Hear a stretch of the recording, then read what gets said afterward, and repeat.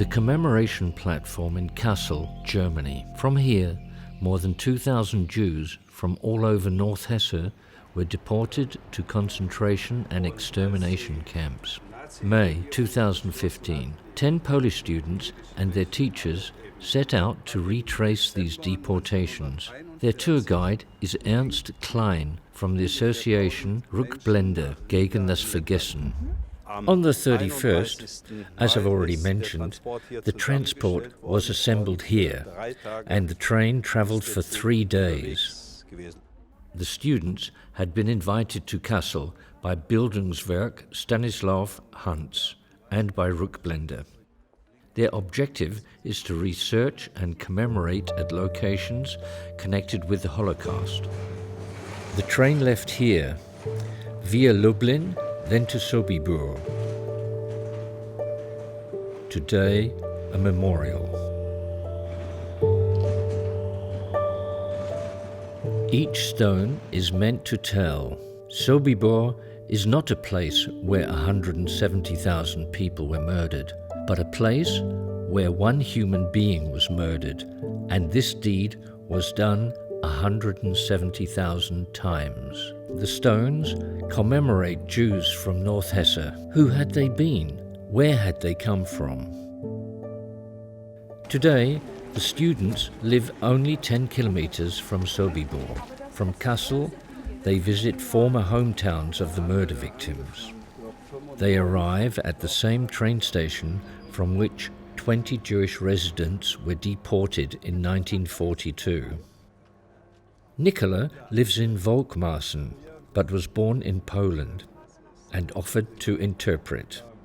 The Polish girls come from Włodawa, a small town which prior to World War II had a Jewish population of more than 2/3. Most of them were murdered in Sobibor. For 4 days they will be in Germany. Today they will meet and work with students from Volkmarsen. Since the early 90s, the working group Arbeitskreis Rückblende gegen das Vergessen has researched the town's Jewish past, often supported by surviving contemporary witnesses, and in spite of NS atrocities, these meetings often resulted in close friendships. Will meeting the next generation also generate friendship and understanding?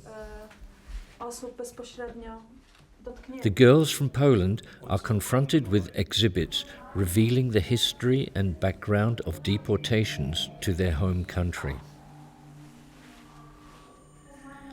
They also find biographies of individuals who are commemorated by the Sobibor Memorial. Master tailor Lichtenstein and his family lived in the center of town. His workshop was attacked as early as 1933, when the National Socialists called for a boycott of Jewish businesses. Ilse was the only surviving family member.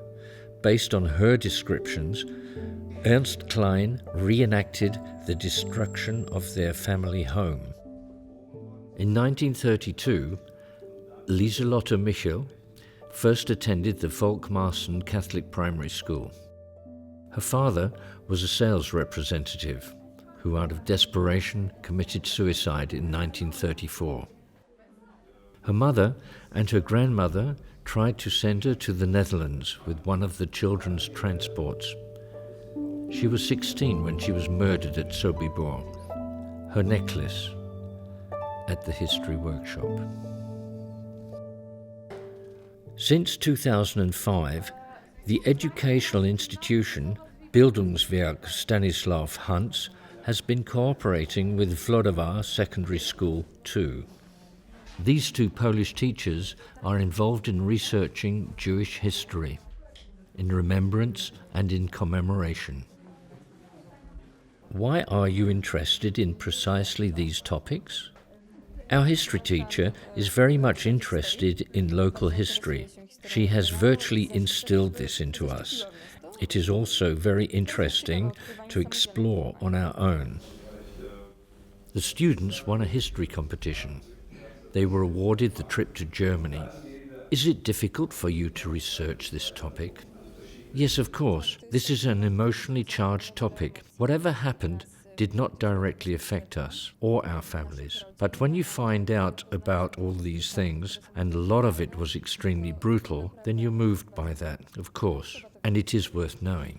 Why is it so important to find out about these things? Yes, I think that this past, where it concerns Germany, should not be forgotten.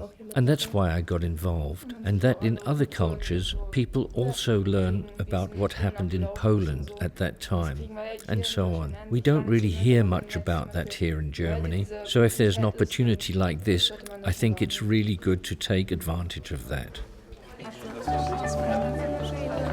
Their program also includes a tour of Volkmarsen, with stops at the former homes of murdered residents. Liechtensteinów I Lieselotte, gdzie Michael, gdzie za bardzo niską cenę. This is Lieselotte Michel's former home. The students gather facts.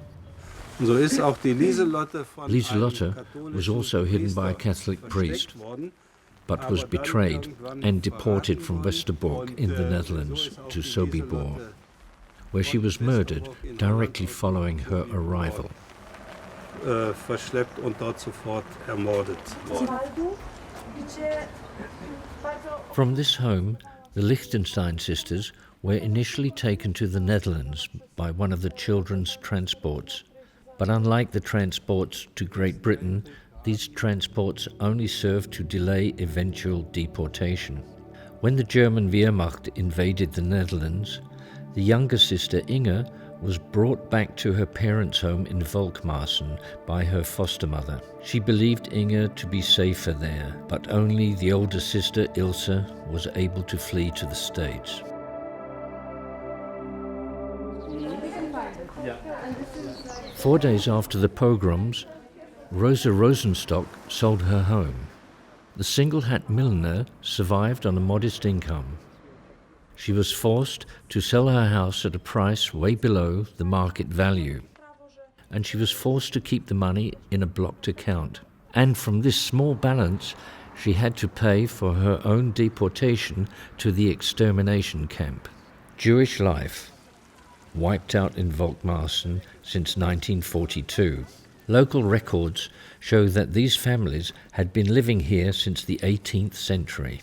On their tour, the students explore a typical remnant of local Jewish life, a mikvah, initially rediscovered by Ernst Klein and friends. You immerse yourself in water not to cleanse your body, but as a religious, symbolic act of washing away your sins. That's what you went to these baths for. This medieval shaft mikvah is a unique treasure, as it proves there was a Jewish population as early as 500 years ago. So you're the first who can take a bath now. You want me to touch the water? Mikvah water had to be alive. That's why the shaft was drilled down to groundwater level.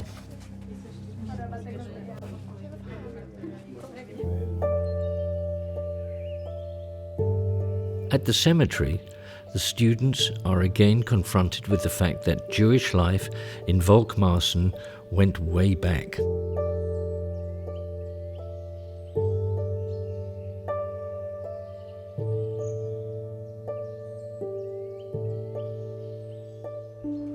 Today's memorial and the surrounding wall were built of destroyed tombstones. On plaques on the outer wall, students discover the names of people they'd heard about. This wall was built from stone blocks from Poland.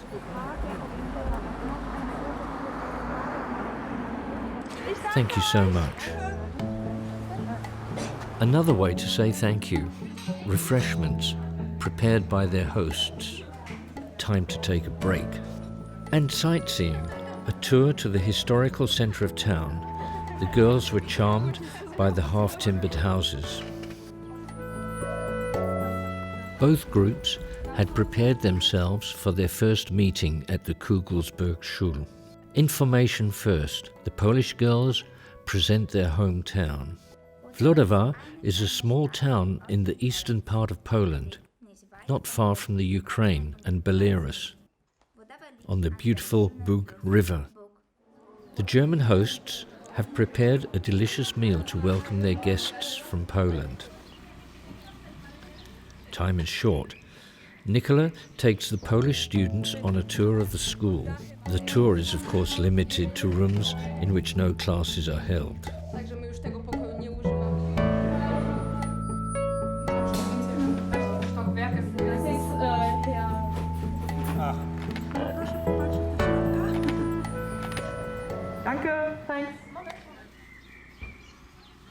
Seemingly a normal half-timbered house 33 kilometers away from Volkmarsen. On the next day, there's a meeting in Wöhl. Other students have come to join them from nearby Herzhausen. They too have explored local Jewish history. Karl-Heinz Stadler from the Förderkreis Synagogue welcomes the students. Das ist unser Freund Karl-Heinz Stadler. Well, hello. This is our friend Karl-Heinz Stadler, who will explain everything to you. Ja, dann darf ich zunächst. I'm happy to welcome you here today. First, I'd like to go to the old synagogue with you. Zuerst mit euch in die alte Synagoge gehen. This synagogue was dedicated in 1829. The building survived National Socialism relatively intact, as it was sold to a private businessman prior to the November pogroms. After the war, it was resold several times, and it was used both as a residence and as a workshop. In 2000, our association bought the building and renovated it painstakingly. We brought new life to the building. The sacral space had been turned into a venue for all kinds of events and for concerts and a meeting place. The students find out about Günther Sternberg, murdered at the age of 9. He lived here but was not permitted to go to school in Wöhl. His parents tried to send him to school in Frankfurt. There, together with many other Jewish children, he was evacuated from place to place. He only saw his parents at a so-called Jew camp, from which the family was deported to Sobibor. A street in Wöhl bears the boy's name. Even if the students have not chosen an easy theme for their trip, they would have enjoyed a longer stay or would like to return. In order to learn from the past for the future, to get to know each other, to build bridges of understanding, and for friendly cooperation.